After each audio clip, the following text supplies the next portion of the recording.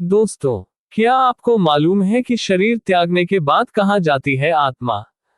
मृत्यु के बाद आत्मा के साथ क्या क्या होता है, आत्मा कहाँ जाती है, आगे की दुनिया कैसी है? विज्ञान की नज़र में यह अभी तक एक रहस्य ही बना हुआ है, क्योंकि एक बार शरीर को त्यागने के बाद वापस उस शरीर में प्रदार्पित होना असंभव है। इसलिए आत्मा के संबंध में एकमात्र प्रमाण धर्मशास्त्र है। मनुष्य संसार में आता है तो शरीर साथ होता है, लेकिन जाते समय वह भी साथ छोड़ देता है। मानव शरीर नश्वर है, जिसने जन्म लिया है उसे एक न एक दिन अपने प्राण त्यागने ही पड़ते हैं।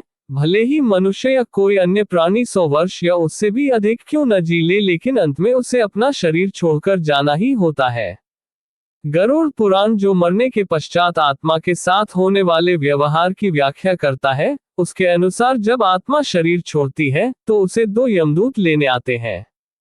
मानव अपने जीवन में जो कर्म करता है, यमदूत उसे उसके अनुसार अपने साथ ले जाते हैं।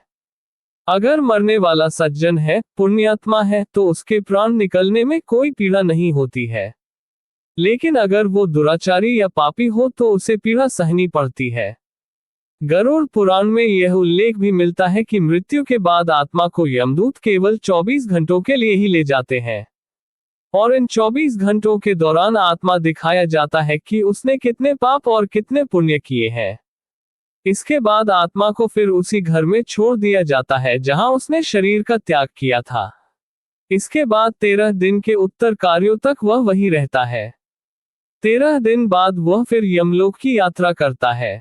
पुराणों के अनुसार जब भी कोई मनुष्य मरता है और आत्मा शरीर को त्याग कर यात्रा प्रारंभ करती है, तो इस दौरान उसे 3 प्रकार के मार्ग मिलते हैं।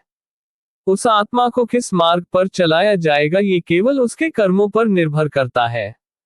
ये 3 मार्ग हैं: अर्ची मार्ग, धूम मार्ग और उत्पत्ति विनाश मार्ग। अर्ची मार्ग ब्रह्मलोक और देवलोक की यात्रा के लिए होता है, वहीं धूम मार्ग पितृलोक की यात्रा पर ले जाता है, और उत्पत्ति विनाश मार्ग नरक की यात्रा के लिए ले जाता है।